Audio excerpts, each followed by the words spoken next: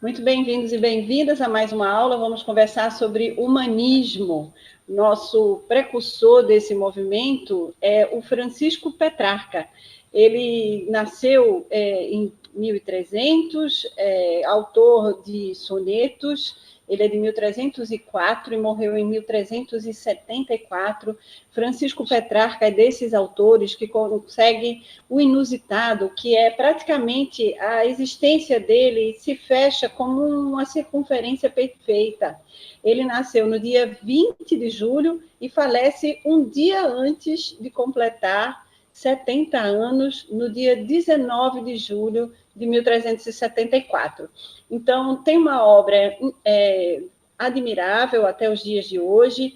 O mais interessante é que, mesmo vivendo na Idade Média, mesmo mergulhado em valores de um período histórico que pensava de forma muito dividida entre céu e inferno, com todas aquelas características que a gente conhece da Idade Média, de uma valorização mínima, né, da vida humana, porque existiam sempre guerras, existiam sempre disputas, as pessoas eram escravizadas, tratadas muitas vezes como animais de carga, né?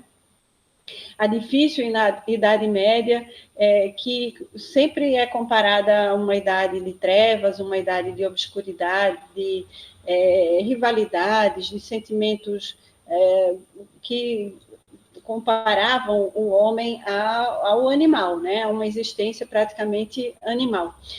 Mas, no entanto, a gente vê essa personagem da história do movimento humanista surgir com versos que valorizam o corpo, que valorizam a existência humana, a vida humana, a preservação da vida, e traduz isso em sonetos memoráveis. O Francisco Petrarca foi esse intelectual, poeta, humanista italiano, famoso, sobretudo, por causa de suas obras romanceiras, né, seus sonetos, como eu falei. Nasceu em Arezzo, na Itália. Ele vai falecer em Arco com essa característica de completar uma vida harmônica, no sentido de fechar um ciclo completamente, né? Tendo nascido no dia 20 de julho de 1304, falece um dia antes de completar 70 anos, no dia 19 de julho de 1374, em Arqua, e também na Itália. Então, é uma figura importante para que a gente tenha em mente e a gente possa compreender de forma lúdica, artística, humana, né, pela própria figura humana dele, pela própria existência dele, a característica essencial dessa movimentação artística, que é o humanismo, a valorização do humano, a vida do humano experimentada como um poder sublime, com maestria, com dedicação à arte, com o velar de valores humanos em potência altíssima, né? Elevada à máxima potência. Então, era uma figura boníssima, o Francisco Petrarca, aperfeiçoou a arte do soneto, ele traz essa grande contribuição, e eu vou mostrar aqui uma imagem dele, para que vocês possam ver aqui a figura dele, né? E memorizar a figura dele como um elemento desse movimento artístico que a gente vai estudar a partir de agora. Movimento artístico que tem como grande expoente também o Miguel de Cervantes, né? A figura de Dom Quixote, o cavaleiro da triste figura, o Sancho Panza, a Dulcinea, todas essas personagens do romance do Miguel de Cervantes, que, aliás, vai inaugurar essa tradição do romance, né, trazendo o oposto do que se construía na época como um herói de cavalaria, né? Ele é um anti-herói, mas ele carrega essas características humanas, né? Vocês estão vendo aí o Francisco Petrarca, e eu vou trazer aqui a obra do Miguel de Cervantes, certo? Então, aqui a gente tem as imagens do Petrarca, e aqui vamos ver o Miguel de Cervantes. a romancista, né, inaugura, na verdade, essa tradição do romance que como a gente conhece hoje, com a obra Dom Quixote de la Mancha e seu fiel escudeiro Sancho Panza.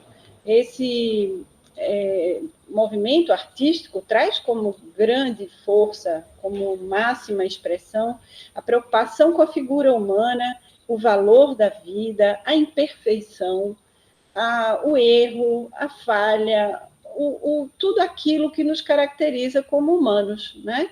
E não máquinas. Então, é um movimento que prevê uma perspectiva muito mais harmônica no sentido de ser um movimento que acolhe o homem do povo, né? Por exemplo, como Sancho Panza, que não sabe ler, não conhece as regras da cavalaria, mas que é o segundo protagonista dessa obra grandiosa, que é Dom Quixote de la Mancha. Ele, sendo homem do povo, com a sua ingenuidade, com a sua pureza e sua ignorância, né, o seu desconhecimento às letras e aos códigos de cavalaria, vai conseguir se aperfeiçoar diante da jornada empreendida ao lado do Cavaleiro da Triste Figura. O Sancho Panza, no momento em que aceita, né, que pactua com o Dom Quixote, empreender uma jornada de enfrentar moinhos de vento, né, e salvar donzelas que são campesinas, né, são mulheres também do povo, como é o caso da Dulcinea, ele vai se aperfeiçoando a tal ponto que a gente vai observar ao final do romance uma aprendizagem significativa na vida de Sancho Panza. Além da fidelidade ao mestre, além da característica também humana de acolher aquela figura confusa que é o Dom Quixote, ele vai passar a aprender a ler e vai passar a aprender esses códigos que estavam restritos ao conhecimento de nobres, né, de pessoas da nobreza, dessas estratificações hierárquicas mais elevadas, que o povo não tinha acesso, né, como não tinha acesso à educação, não tinha acesso a saber essas regras e essas insígnias, né, essas, digamos assim, cartas da lei, por exemplo, né, que os homens de poder têm acesso. O Sancho Panza tem como resultado esse aprendizado, e o nosso querido Dom Quixote passa a, talvez, quem sabe, se tornar uma pessoa mais equilibrada daquelas dialéticas, né, daquelas lutas que ele empreendia com o próprio pensamento, com a própria maneira de pensar. O fato é que o que o Miguel de Cervantes mostra essencialmente para a gente é o quanto, tomando de valores, tomando a vida como o maior valor, como muita coisa pode ser subvertida na existência humana. Especificamente, ele trata do período do romance de cavalaria, né? Dessa época da Idade Média, com tantas guerras, com tantas disputas, com tantas invejas e lutas e batalhas e traições, né? Sobretudo traições, onde o homem absolutista realmente se passava por ser o filho de Deus e o detentor de terras, o detentor de vidas humanas, né? De outras vidas humanas. Enquanto que na obra do Miguel de Cervantes a gente vai ver essa perspectiva subvertida, né? E o valor humano, o valor do povo sobressair a essas regras de sociedade. Então, essa contribuição que eu quero deixar para vocês, deixa eu ver se aqui está, né, a imagem do Miguel de Cervantes, o genial Miguel de Cervantes, muito amado, muito adorado, até os dias de hoje. A obra é um primor, assim, vocês devem procurar ler, inclusive o mais próximo de uma tradução do espanhol, né, do original, porque as palavras aí fazem toda a diferença, né?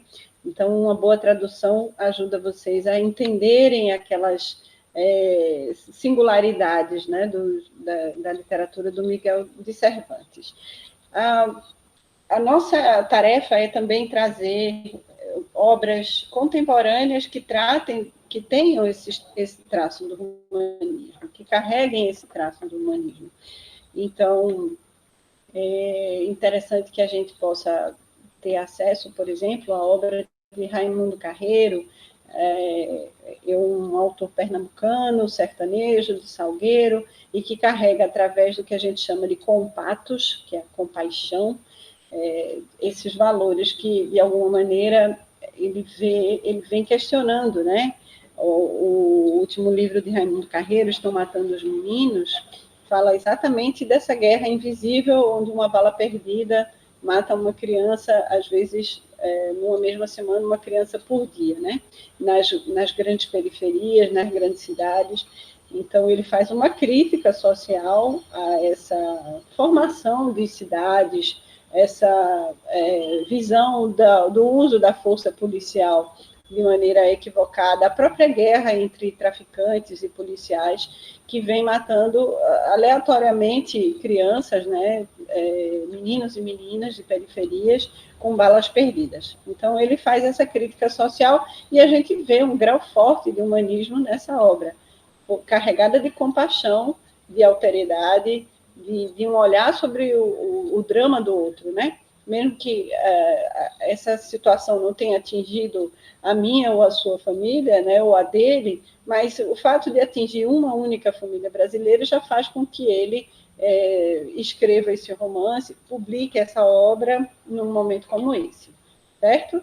Então, é isso.